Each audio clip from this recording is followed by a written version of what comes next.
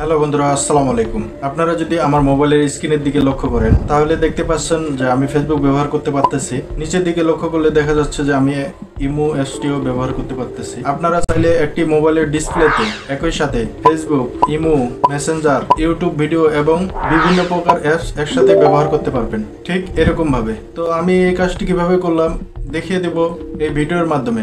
আর এর জন্য আলাদা কোনো অ্যাপসের প্রয়োজন নেই। আপনার মোবাইলের সেটিংস অপশনের মাধ্যমে এই কাজটি খুব সহজেই করে নিতে পারবেন। তো এরকম নতুন নতুন ভিডিও পেতে আমার ইউটিউব চ্যানেলটি অবশ্যই সাবস্ক্রাইব করে নোটিফিকেশন এর জায়গায় ক্লিক করে দিবেন, যাতে পরবর্তী ভিডিও সবার আগে পান। তো বেশি দেরি না করে চলুন ভিডিও শুরু করা যাক। তো এই কাজটি একেবারেই সহজ। তো আপনারা নিচে দেখতে পাচ্ছেন এখানে তিনটা বাটন আছে। সেক্ষেত্রে এটা হলো ব্যাক বাটন, এটা হলো হোম বাটন, এটা হলো রিসেট বাটন। এই বাটন তিনটা সম্পর্কে আমরা সকলেই জানি। তো এই কাজটি করার জন্য আপনাদের ধরুন যে আপনি ইউটিউব ভিডিও দেখতেছেন, সেক্ষেত্রে আমরা এখন এই যে রিসেট বাটনে এটা ক্লিক করে দেব। ক্লিক করা হলে আপনি আরেকটা অ্যাপসের ভিতরে প্রবেশ করতেছেন। এখন তো ইউটিউব ভিডিও দেখার সময় আপনাকে ধরুন যে কেউ মেসেজ করতেছে ইমোতে, তো আপনি একটা গুরুত্বপূর্ণ ভিডিও দেখতেছেন, এই মুহূর্তে আপনাকে মেসেজ করতেছে। তো ভিডিও দেখা অবস্থায় আপনি মেসেজের রিপ্লাই দিতে পারবেন। তো এটা আবার রিসেট অপশনে ক্লিক করবেন। রিসেট অপশনে ক্লিক করার পরে আপনার কাছে এরকম ইন্টারফেস শো করবে। তো আপনারা এখানে যে কাজটি করবেন, আপনারা উপরে দেখতে পাচ্ছেন এই যে 3 ডট লাইন। মূলত এখানে একটা কথা বলি, এখানে এরকম এই অপশনটি সব ফোনেই পেয়ে যাবেন। সেক্ষেত্রে একটু অপশনগুলো ভিন্ন থাকতে পারে।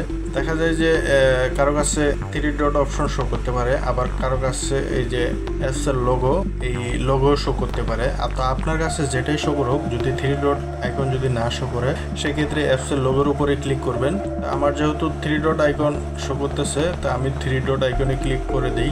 তো 3 ডট আইকনে ক্লিক করা হলে আপনারা এখানে দেখতে পারবেন যে স্প্লিট স্ক্রিন, এই স্প্লিট স্ক্রিনের উপরে একটা ক্লিক করে দিবেন। ক্লিক করা হলে আবার এখানে ইউটিউব এই অপশনে এখানে আবার 3 ডট অপশন শো করবে। এখানে 3 ডট অপশনে ক্লিক করে দিবেন। ক্লিক করা হলে নিচেই দেখতে পাচ্ছেন যে আমার এখানে ইউটিউব ভিডিও শো করতেছে। তো এখানে আমি যে কোনো ভিডিও দেখতে পারবো। একই সাথে আমি এই যে ইমোতে যে কারোর সাথে এই মেসেজে কথা বলতে পারবো। এবং এটি সব ফোনেই আছে।